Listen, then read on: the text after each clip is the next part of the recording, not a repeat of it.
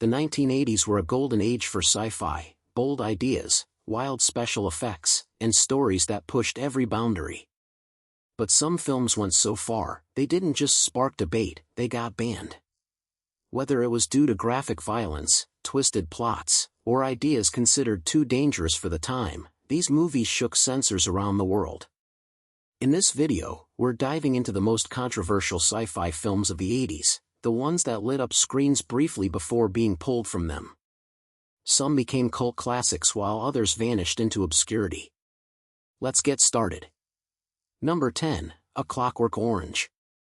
Although A Clockwork Orange was released in 1971, its true firestorm came during its 1980s revival screenings, when it sparked so much outrage that director Stanley Kubrick himself pulled it from British theaters. The film follows Alex DeLarge, played chillingly by Malcolm McDowell, a charismatic but violent young man whose gang commits horrific acts before he's subjected to psychological reprogramming.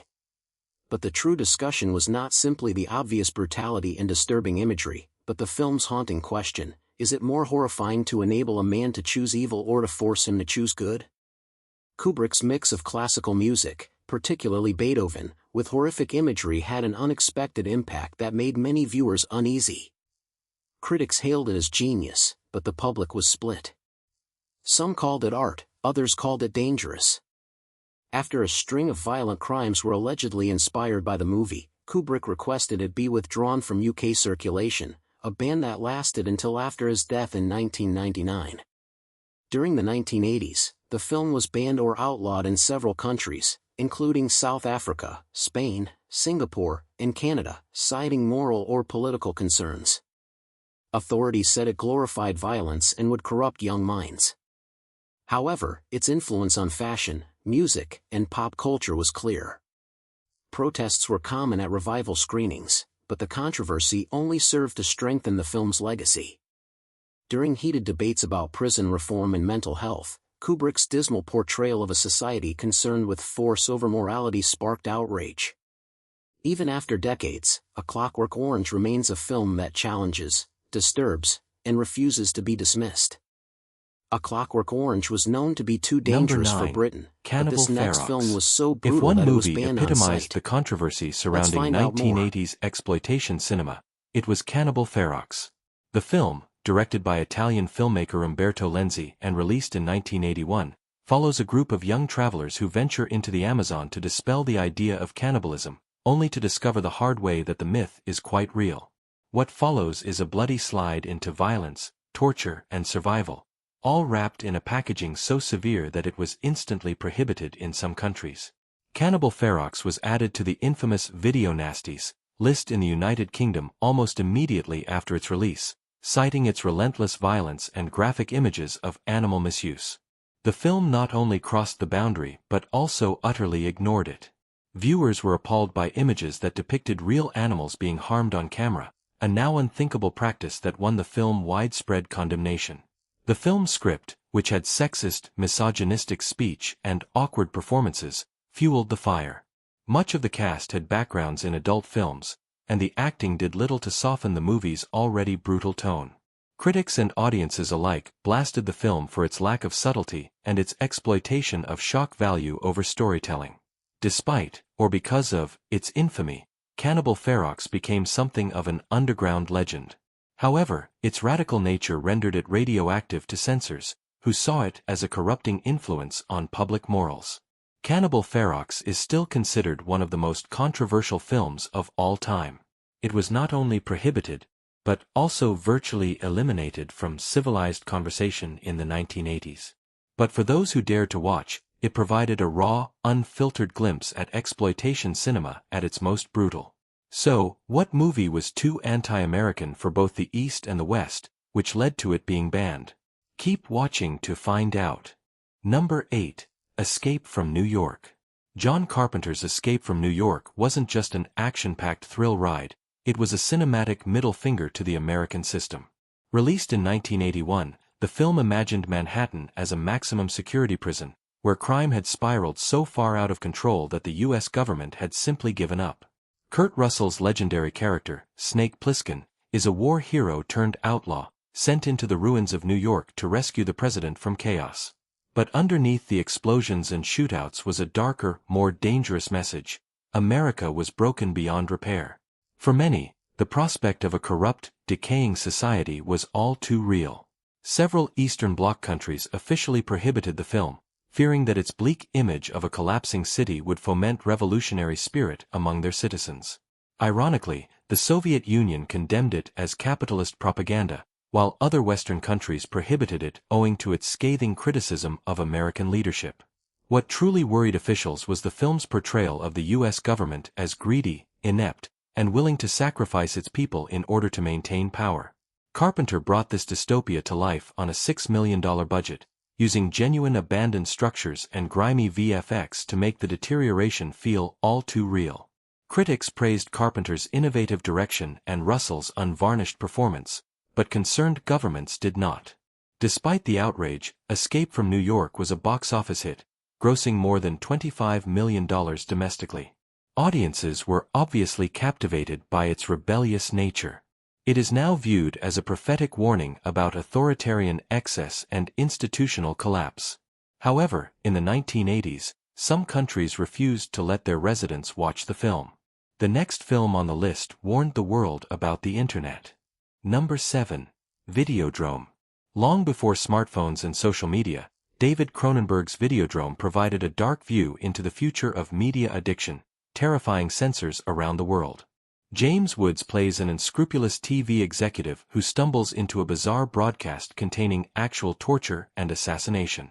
Watching it, however, does more than just irritate him, it literally changes him. As his body changes into a horrible hybrid of flesh and technology, the line between reality and illusion blurs. This was not only physical horror, it was a warning.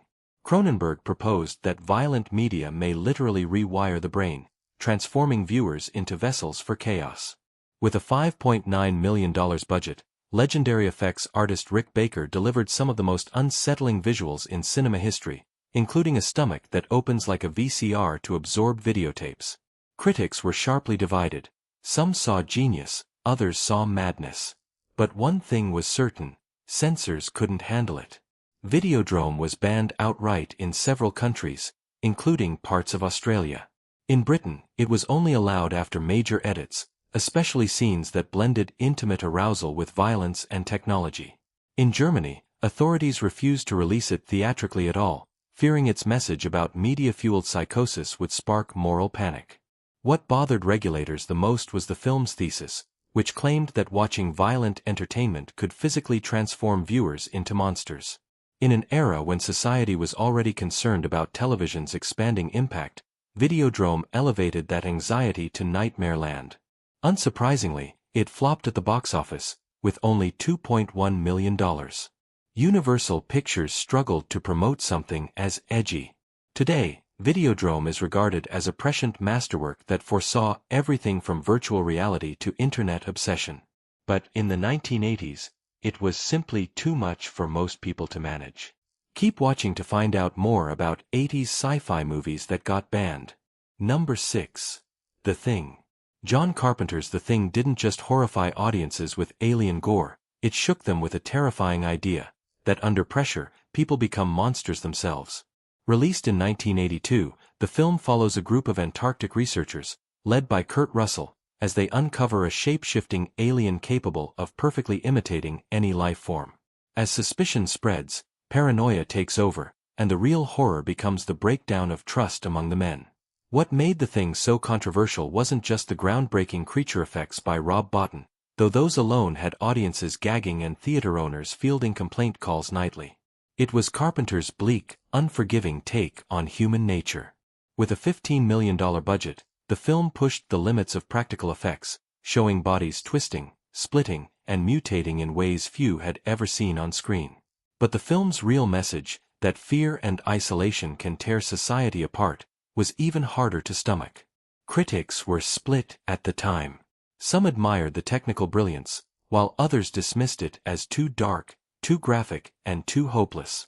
Several countries, including parts of Germany, banned it outright, believing its themes of infiltration and distrust echoed Cold War fears a little too closely. In the UK, Censors chopped up the most disturbing scenes depending on how much horror local audiences were believed to tolerate.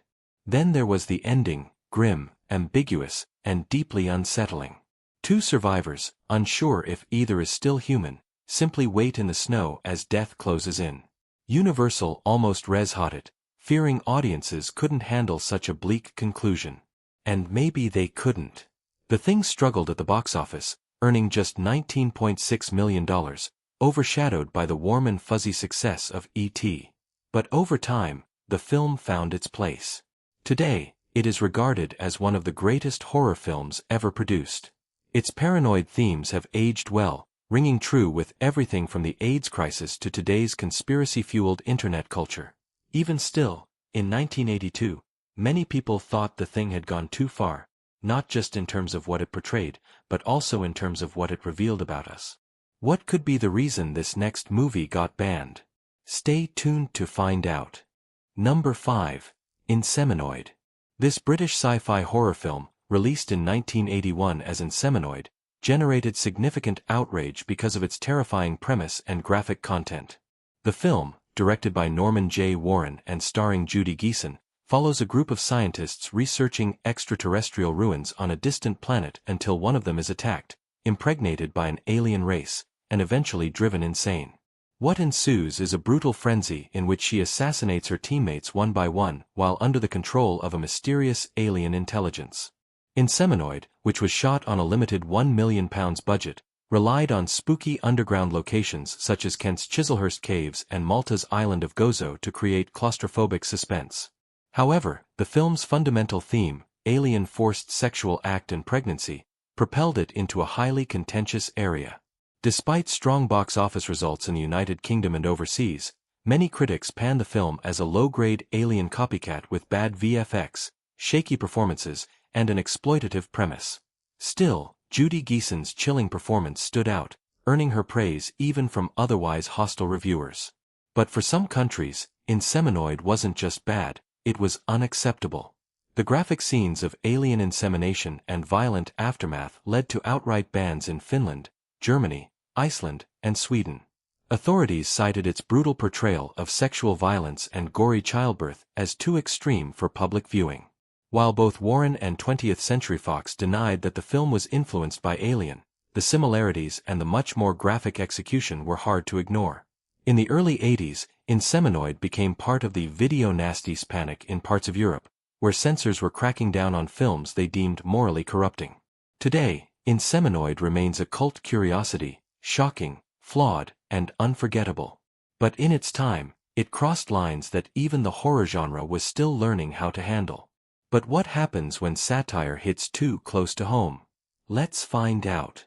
Number 4. Brazil. Few films from the 1980s sparked as much backstage drama as Terry Gilliam's Brazil. On the surface, it's a visually pleasing dystopian story, but below it's a harsh critique of political control, corporate dominance, and bureaucracy's dehumanizing hold. Jonathan Pryce plays a modest government employee imprisoned in a future where a single administrative misstep results in torture, death, and a complete bureaucratic meltdown. The true drama, however, took place off-screen. Universal Pictures was so concerned by Brazil's political message that they attempted to suppress it. The studio believed that its scathing critique of Western democracy and monitoring would alienate audiences. Executives tried to turn the film into a diluted love story, but Gilliam refused. What followed was a public battle for creative control, with Gilliam going rogue and showing unfinished cuts to critics. When the Los Angeles Film Critics Association named it the best picture of 1985, Universal was forced to back down and release Gilliam's original vision. With a $15 million budget, Brazil constructed a dystopian world that seemed unsettlingly familiar. Each frame was a warning about how regular people could become cogs in a machine that values paperwork over human life. The film was banned or outlawed in several countries, particularly the Eastern Bloc, where its criticisms of official power hit too close to home. Even some Western countries wanted changes, particularly for images depicting torture and bureaucratic misconduct. But what actually alarmed both governments and studios was the notion that modern democracies could be just as oppressive as dictatorships, employing red tape, monitoring, and corporate influence to keep people in check. During the Reagan era, with fears of Big Brother growing, Brazil felt like a glimpse into a terrifyingly possible future. It only earned $9.9 million at the box office, thanks to Universal's lukewarm promotion. But its legacy has grown far beyond its initial release. Today, Brazil is recognized as a visionary masterpiece that predicted our surveillance-heavy, bureaucratic age, and the battle to get it seen became part of its legend. When dreams turn to nightmares, how far is too far? Let's find out. Number 3. The Evil Dead. Sam Raimi's The Evil Dead was more than just a groundbreaking independent horror film. It was a gory, no-holds-barred shocker that served as a lightning rod for censorship in the 1980s. The film, released in 1981, follows 5 college students on vacation in a rural cabin who unwittingly unleash ancient demons by playing a weird audio tape. What starts out as innocent fun quickly turns into a night of violent possessions, bizarre transformations, and non-stop gore, all centered on Bruce Campbell's now iconic figure, Ash Williams. The film was made on a shoestring budget of only $90,000 and shot in a chilly Tennessee cabin under harsh conditions. Raimi, Campbell, and producer Robert Tappert pushed everything they had into the film, using inventive prosthetics, handcrafted effects, and raw energy to bring their nightmare vision to reality. What was the result? A film so extreme that it was banned or prohibited in various countries, including Germany and the United Kingdom, and became one of the most notorious titles on the Video Nasties list. Despite its humble beginnings, The Evil Dead erupted overseas, grossing $29.4 million and enthralling horror fans worldwide. Even horror maestro Stephen King referred to it as the most ferociously original horror film of the year, which helped it earn broader distribution and cult appeal. However, the vivid savagery, demonic implications, and unwavering intensity alarmed censors, who saw it as a threat to public morals. Regulators were concerned by the film's obvious cruelty. Unlike polished Hollywood horror, The Evil Dead appeared dangerous, anarchic, unpredictable, and overflowing with deadly energy. Censorship boards in some nations have edited scenes, restricted distribution, or outright banned it, believing that it could corrupt young minds. Today, The Evil Dead is regarded as a watershed moment in horror cinema and one of the most popular independent films in history. It spawned a vast franchise, which included sequels, a television series, and video games. But in the 1980s, the scrappy little film horrified both spectators and authorities. This next movie sparked national outrage. Keep watching to find out more. Number 2. Silent Night, Deadly Night. When Silent Night, Deadly Night was released in 1984, it caused not only outrage among critics but also a nationwide moral panic.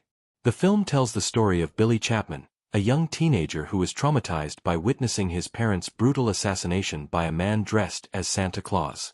Billy was raised in a strict Catholic institution, and his trauma festers until years later, when he snaps and becomes a spree assassin in a Santa suit. While the slasher formula was nothing new, Silent Night, Deadly Night risked desecrating the image of Santa Claus, which few horror films had done before. The film's promotional posters, which showed Santa going down a chimney with an axe, sparked outcry from parents' groups, religious organizations, and even Hollywood peers. Protests occurred around the country, with people picketing theaters and demanding that it be removed from circulation. TriStar Pictures succumbed to the pressure and pulled the film from theaters after just 1 week, despite its excellent $2.5 million opening on a small $750,000 budget. But the harm was done. Critics and advocacy groups slammed the film's combination of holiday happiness and gory violence as perverse, shameful, and morally bankrupt. Censors saw Silent Night, Deadly Night as especially threatening because it implied that trauma, religious tyranny, and societal hypocrisy could turn even the most innocent person into a monster. The image was not only frightening, but also psychologically damaging, especially for those who expected Christmas warmth but instead received blood-soaked horror. Despite being prohibited or fiercely opposed in some regions, the film remained popular. It went on to become a cult hit, inspiring 4 sequels, a remake, and an imminent relaunch. What began as a low-budget slasher quickly became a pop culture hotspot, known not only for its violence but also for daring to paint Santa Claus in blood. But what if the reason this next movie was banned because it offended the Vatican? Keep watching to find out. Number 1. Hail Mary. When renowned French New Wave director Jean-Luc Godard produced Hail Mary in 1985, he sparked not only outrage but also a worldwide religious firestorm. The film portrays the Virgin Mary as a young girl dealing with a surprising, miraculous pregnancy in a modern setting. While some critics praised its daring examination of faith, sexuality, and spirituality, others, including Pope John Paul II, branded it blasphemous. The repercussions were swift and devastating. Christian organizations in Europe and the Americas staged protests outside theaters. Screenings were picketed. In Italy, the reaction became so strong that Godard attempted to take the film from theaters to prevent further controversy.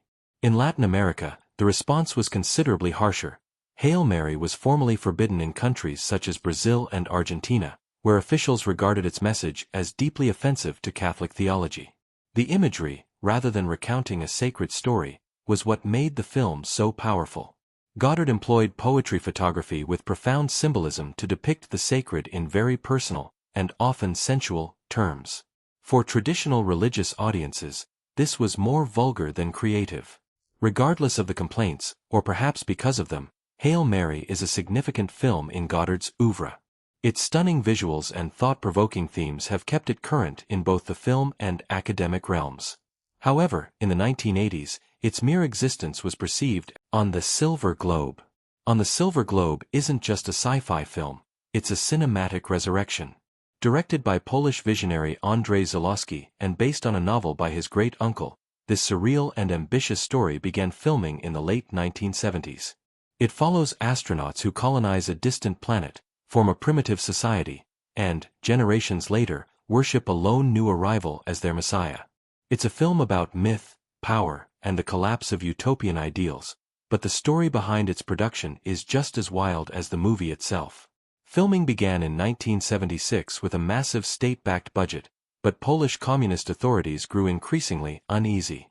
They saw the film's themes, especially those about blind belief, failed revolutions, and messianic delusion, as dangerous political allegory.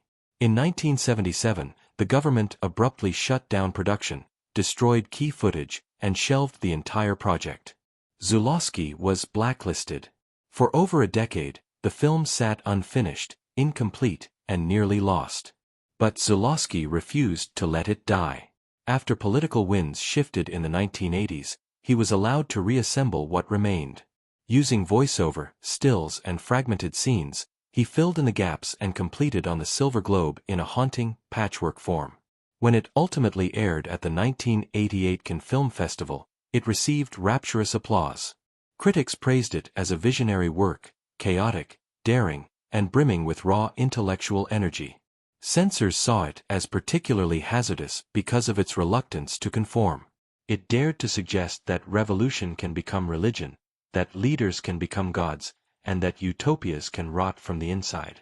In a tightly controlled political climate, On the Silver Globe was seen as subversive, blasphemous even, not for its religious content, but for its challenge to authoritarian rule. Today, it stands as one of sci-fi cinema's most fascinating buried treasures, a film literally resurrected from censorship's grave.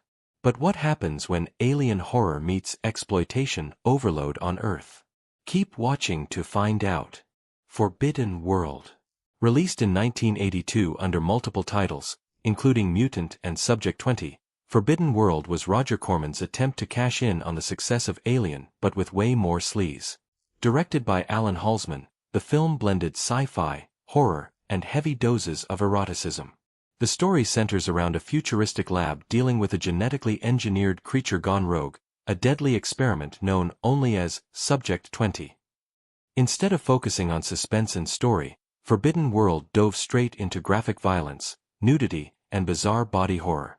Critics criticized it as a cheap copy, pointing to duplicated sets, repurposed footage from Battle Beyond the Stars, and chaotic editing. Nonetheless, the picture developed a cult following due to its over-the-top style and somber electronic score by Susan Justin.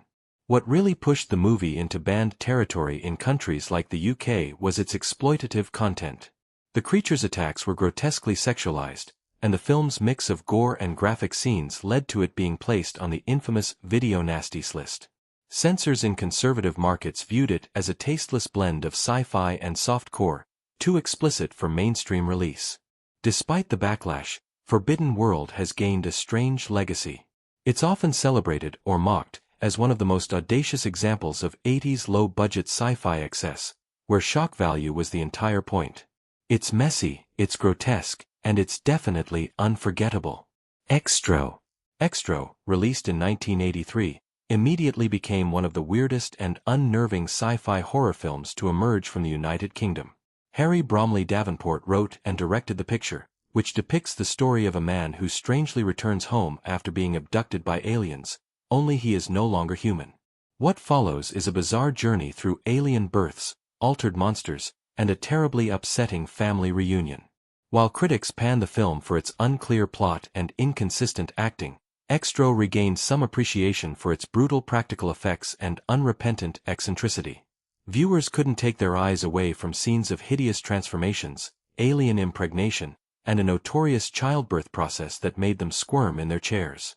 The film's gruesome body horror and themes of alien manipulation landed it on the UK's Video Nasties list, resulting in an outright ban and significant censorship. Even in countries where it wasn't banned, Extro was often trimmed down or dumped straight to VHS due to its shocking content. Over time, though, Extro gained cult status, not because it was polished or profound, but because it dared to be completely unhinged. It's the kind of horror film that feels like a fever dream, uncomfortable, grotesque, and impossible to forget. This next film was known for its explosive violence. Maybe that was the reason it was banned. Keep watching to find out more. Contamination. This 1980 Italian sci-fi horror film, sometimes known as Alien Contamination or Toxic Spawn, set new standards for grossness. Contamination, directed by Luigi Cozzi, is about an alien cyclops who sends slimy green eggs to Earth. These eggs are not only terrifying, but they also explode in people's faces, causing their insides to burst in a shower of gore. Heavily inspired by Alien but with way more blood and way less budget, the film swaps suspense for spectacle. Critics weren't impressed by the acting or story, but one thing they couldn't ignore was the explosive violence. The scenes of people literally blowing up were so graphic and over-the-top that the film landed on the UK's infamous Video Nasties list and was banned in several countries. Despite the negative reception, the film's spooky synth music by the famed Italian band Goblin stood out and became a cult favorite. Contamination developed a cult following among viewers who enjoyed its campy appeal, crazy effects, and no-holds-barred gore. Contamination, whether you love it or detest it, is a gooey, gut-busting experience that leaves a mess in its wake. But what if the horror felt so real, it sparked a trial? Stay tuned for more details. Cannibal Holocaust. Cannibal Holocaust 1980 is more than a film, it is an attack on the senses. This Italian exploitation chiller, directed by Ruggero Deodato, follows a documentary crew who disappears in the Amazon, only to discover footage revealing horrific acts of cannibalism, brutality, and anarchy. However, the film's dread extended beyond the screen. Its stunningly realistic representations of sexual violence and animal cruelty sparked worldwide outrage. The argument heated up when Deodato was arrested immediately after the film's premiere, suspected of assassinating his cast. He needed to bring them to court alive to establish they hadn't been assassinated. Cannibal Holocaust was banned in several countries, including Australia, New Zealand, Singapore, and the United States, but was subsequently released in several of them years later. Despite the backlash, the film is now acknowledged as a terrifying pioneer in the found footage genre, and it remains one of the most contentious films ever made. It's violent, insistent, and unforgettable, whether you like it or dislike it. So, aside from these, do you know any more movies that were banned due to their controversial nature? Let us know in the comments section below. Thank you for watching this video. We hope you found it interesting. Don't forget to like and subscribe. Click the next video shown on your screen to catch up on your favorite celebrity stories. See you there.